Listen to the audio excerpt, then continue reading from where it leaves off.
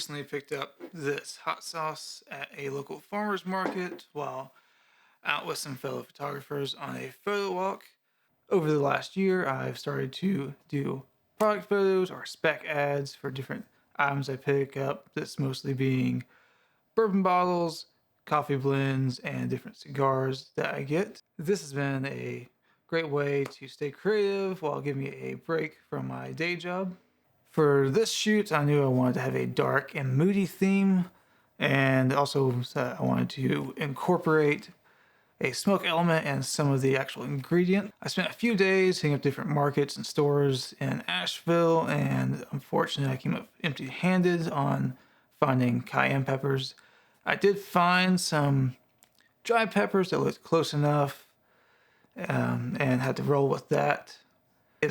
One thing I've learned over the years of doing photography is they have to make things work sometimes. Don't always have the budget to get everything you need.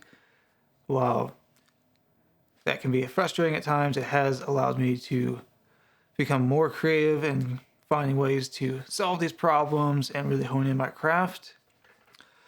I recently found these boards at Home Depot. They're dual-sided. One side is a whiteboard and the other side is a chalkboard.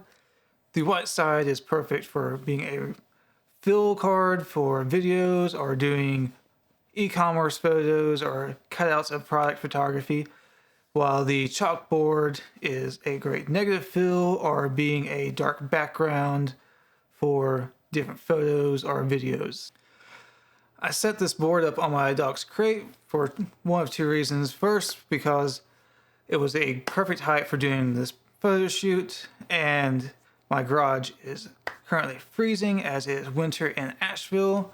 Another reason I set it on his crate was that he is currently having some health issues, and this allowed me to keep an eye on him while he napped on the couch and allowed me to keep working at the same time. With the board in place, I decided to use a 5-in-1 reflector as my backdrop. I used the dark side. The 5-in-1 is a great item to have in your kit. One side is black, one side is white for fill. Black side can be used as negative fill for photos and videos.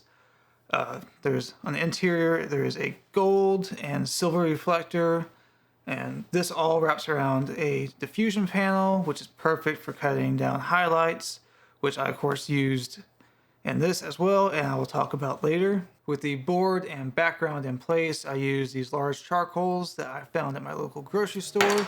While they looked great for the photo, they were a bit of a hassle to deal with.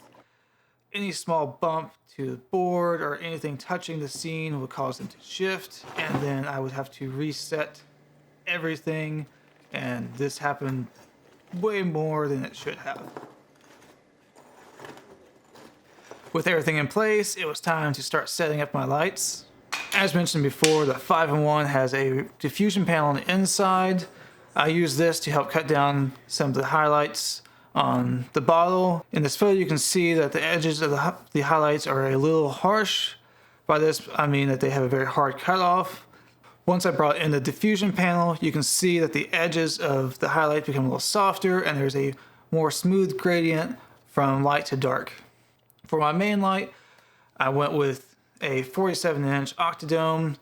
This gave me a very soft and even light, almost like having a overcast day. While setting up the light, I noticed I was having some light spilling onto my backgrounds, so I added a grid. This helps keep the light more directional and reduces any spill onto my background. After dialing in my main light and fixing the highlight, I noticed that even with such a large light source, one side of the bottle was still falling into shadow. So I had a couple options of adding another 5-in-1 to fill in the light, or doing a composite image, but my Photoshop skills are not at that level currently. Luckily, I just seen a YouTube video where a photographer used the same dual side boards I'm using to create fill cards. He cut them in half and added hinges. So I decided to do the same thing. While mine were not looking as glamorous, they did get the job done. If you'd like to see how this is done, I will have a link in the descriptions back to his video because he will do a much better job of explaining it. With the scene set, fill card added, and lights pretty well dialed in, it was time to add the next element to the scene, fog. Ideally, I would have used a hazer. These are great for adding depth to scenes. Unfortunately, they were outside my budget. This past Halloween, I did find a fog machine at my local hardware store, and this has been a great addition to my kit.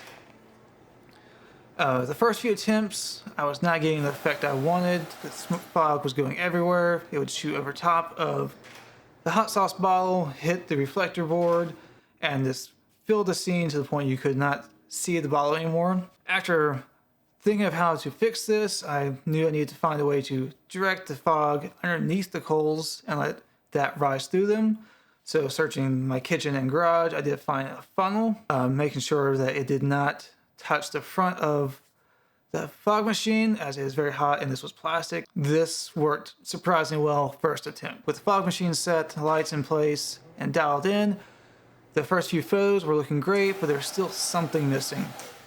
After staring at the photos for a few minutes, I realized I needed to add something to the background, as it was just falling off into darkness. So I brought in a speed light, tried it a few times, just bare bulb and just changing where it was. Finally, I added a modifier with a grid and used the V-flat to block some of the light, and this created a nice streak of light going across the back of the scene, and this was the final result. I had a lot of fun working on this project. If there's any techniques or any types of videos you would like to see, please let me know in the comments, and be sure to hit that like and subscribe button, and I'll see you next time.